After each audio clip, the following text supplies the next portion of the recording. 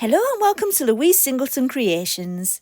In today's video I'm going to be making UV resin bookmarks, but not any old bookmarks.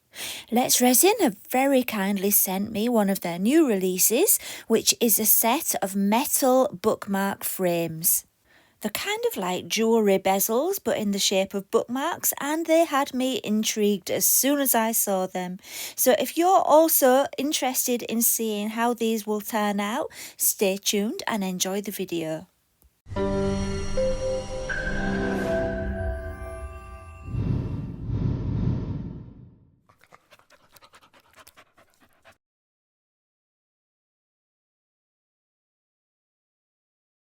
In the set you get 12 zinc alloy frames, 6 of which are blank, which gives you the freedom to make your own design however you want to. You also get the tassels in there, so there's one for each bookmark. And then there are 6 frames with flower designs in them. And they're really useful if you're struggling for ideas on how to fill the space and you just want a beautiful artistic bookmark very easily. So there's a very obvious difference between these and silicone moulds, and if you're new to resin art it might be concerning you a little bit, but don't be concerned, we're going to address the issue. And the issue is, what is there to stop the resin from just pouring out? How do you keep the resin within that frame? Well, we're going to look at 3 options. The first option is resin tape. This tape is designed specifically for use with resin, and it can be used for masking or as a barrier. You will also need a hard flat surface to attach it to. So here I have an offcut from a ceramic tile. And then you need to attach your tape sticky side up to your ceramic tile, and for that I'm just using regular sticky tape. And once the tape is attached to the tile, you can add your bookmark frame and press down all around it so that, the tape is completely stuck to the frame. Now, as I've already mentioned, today I'm using UV resin, which cures very, very quickly under a UV lamp. So there's very little chance of any leakage. However, if you want to use epoxy resin with the bookmark frames, which you can do for a completely different effect, there is more of a chance of leakage. And yeah, I can't promise that any of these techniques will work perfectly. The second material I'm going to try out is transfer film. And it's very similar to the regular sticky back plastic you can get for covering books or whatever to protect them. We used to always have to cover our school books with it when I was at school. I don't know whether they do that anymore, but it's very similar to that. And yeah, this transfer film is more specifically for if you've made your own decals on like a Cricut or another kind of cutter, and that's what the transfer film is for. But yeah, that does work quite well. We're going to see what works out the best, because I had a funny feeling on what would be the most successful. And so it's now time for the third option, which is the one I've used a lot in the past. And so here I have a piece of acetate, or you might call it transparency film. Yeah, just an acetate sheet. And I'm going to put some UV resin directly onto the acetate sheet and then put the bookmark on top of that and cure it under the UV lamp. That way you get a really good seal all the way around. I was a little bit generous with my UV resin. I really did add too much there. You don't need much. So you can use your gloved finger to spread the UV resin all over the surface where the bookmark will be, or you can use a tool like I'm doing here. Once the bookmark is in place, you can put it under the UV lamp. Now for this project, I'm using my Let's Resin Advanced UV lamp, which I really love because you can cure from above and below all at the same time. And then all 3 options were ready to try out. I'm keeping these 3 bookmarks very simple, as this part of the video is just an experiment to see the best technique to use. So the next part really needs no explanation. All you need to know is that I'm using some mica powders in UV resin, and sometimes I'll be using glitter as well, but it's all from Let's Resin. Links will be in the description. Let's have a little bit of music on and we'll see how these turn out.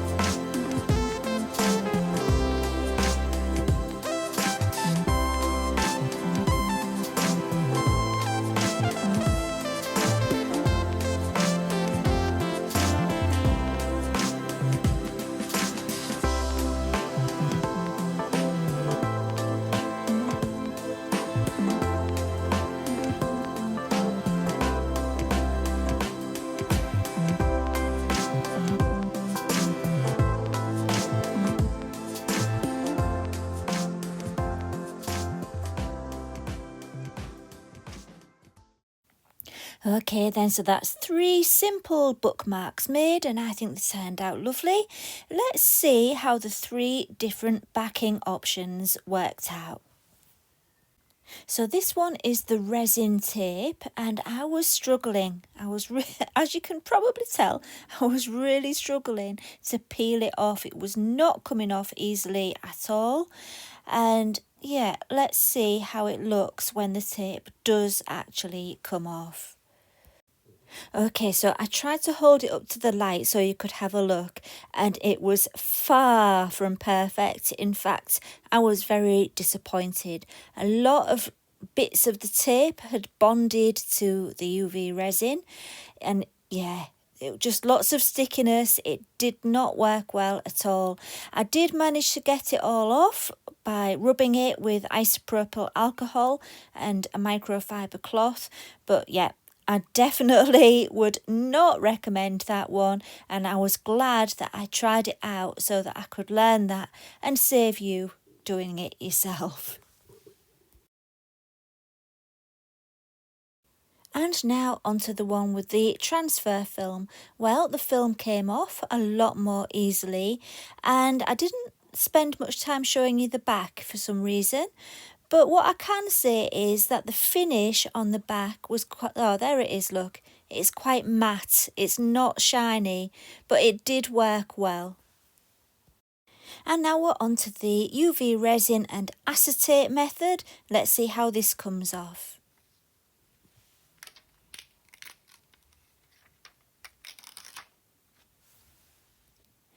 And that was easy peasy, wasn't it?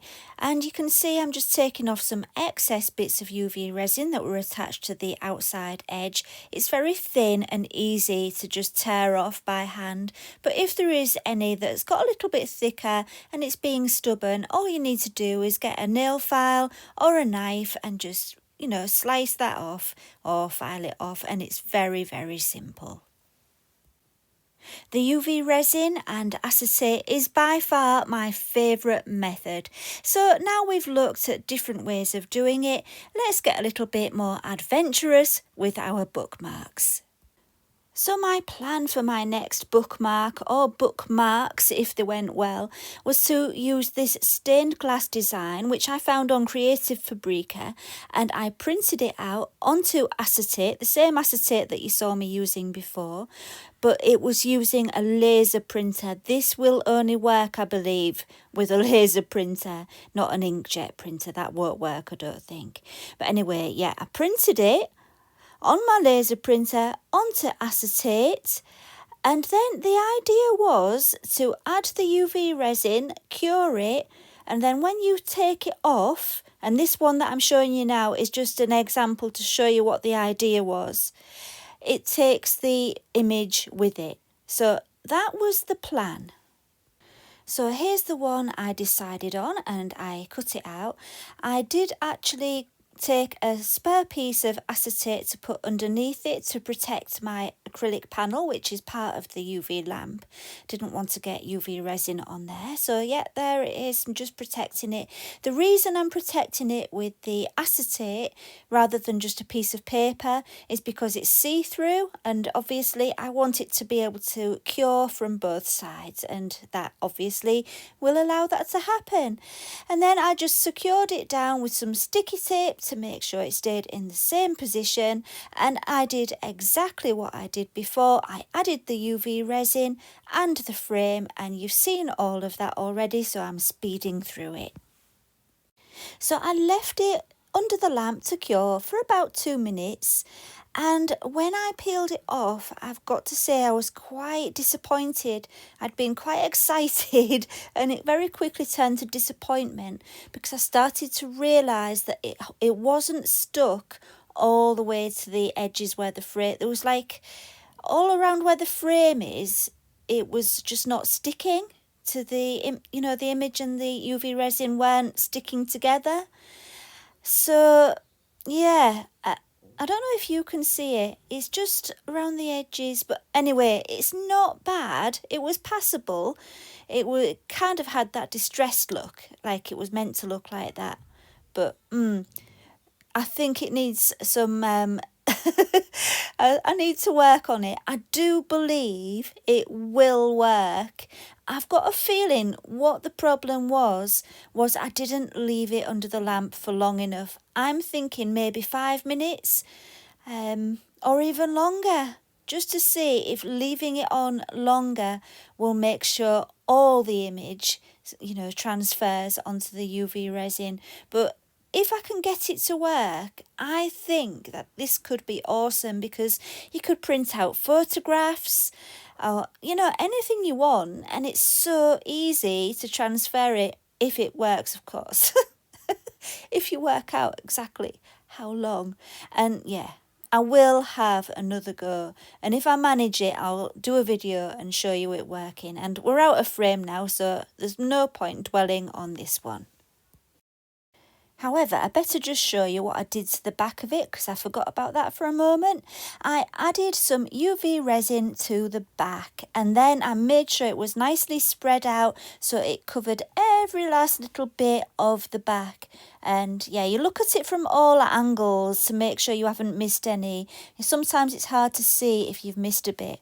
So yeah, look at it from the side to see if it's all completely covered. And then I cured it for about 10 to 15 seconds, not long at all. I wanted it to still be tacky. Once I'd done that, I applied some gold pigment powder, and that really finished off the back. But not only that, most importantly, from the other side, the colour showed through. So where there was those missing bits, where it had gone a bit wrong, there was gold showing through, and it really did make it look a lot better. And I do have one that I did actually do off camera as an experiment. This one, it had the image actually immersed into UV resin. Rather than trying to transfer it, I just put the acetate into the resin, and that did work well. Anyway, let's move on. For this one, I wanted to use Let's Resin's coloured UV resin just to see how that would turn out. And this time, instead of using acetate, I wanted to try some gold vinyl. In the end, I did end up taking it off because yeah, the gold just didn't work for it in the end. But it is, you know, something to think about. Instead of using acetate, you could use vinyl, and then the colour of the vinyl can help you with your finished, you know, how it looks. So I did think the gold would look really good, but it really didn't, not with what I used. Anyway, I'm waffling now. Let's get it on, let's get it cured, and then let's get some colours on. Right, with this next one, I'm going to speed right through it because all I did really was apply spots of colour. I used, as I've already said, the different coloured UV resins, and yeah, did one colour, cured it, did another, cured it, and just carried on and carried on. And it's repetitive, so yeah, I didn't just want to show you it all. Anyway, once I'd finished it, I realised I just didn't like that gold on the back, and when I peeled it off, I liked it a lot better. And I was so busy admiring the texture of this one that I didn't really show it properly to you, but I did keep it like that. I didn't do a top coat of UV resin to smooth it out. I liked it with the bumps and lumps in it. I thought it looked good. And we will come back to that one shortly, but now it's time for my very favourite one. I chose the best for last. This time I'm using fabric, and I have this fabric oh gosh, if I can remember where it was from, I'll put it on the screen because I can't think at the moment. And here I'm just choosing the part of the fabric I want to use, and I'm trying my best to choose a bit from the edge so I don't waste any.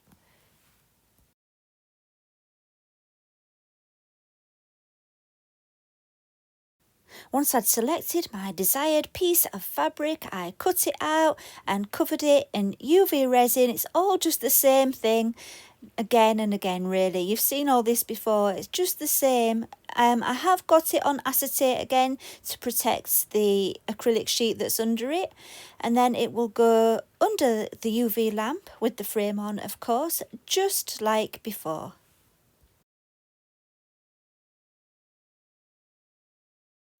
Once cured, I peeled the acetate off the back, trimmed all the edges, this time with a craft knife because I had the fabric to go through as well, and I had to be a little bit more thorough and press harder.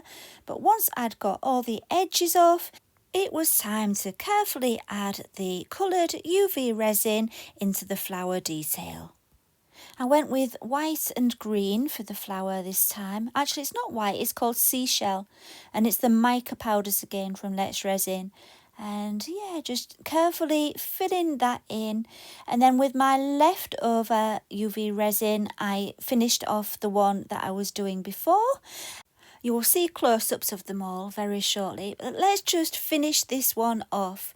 I decided to add a little bit of gold leaf flakes for this one, and yeah, I was going to just fill it up with clear UV resin, and just like I say, decided to add a little bit of gold leaf. So I gently scooped the tiniest bit into my pot, mixed it up with the UV resin, and as you're mixing it, it all breaks up into tiny little bits. And then I applied it to the bookmark, and you know, not all over, I just wanted the gold leaf near the flower, and I think it gave it a really nice finishing touch. And there it is, all finished. Doesn't that patterned fabric give it a lovely look? I really like that. And really, you could probably do the same thing with patterned paper as well. That would work. Yeah, I'm very happy with it though. What do you think?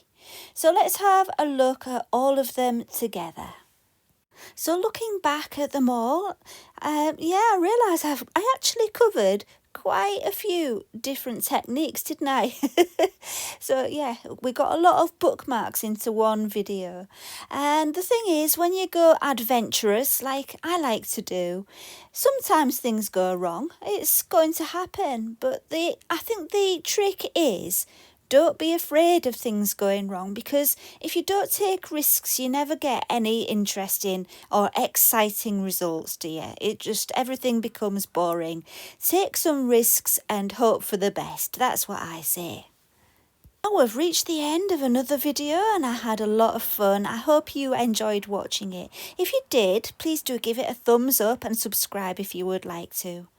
And I will see you again next time. Thank you for watching, and bye for now.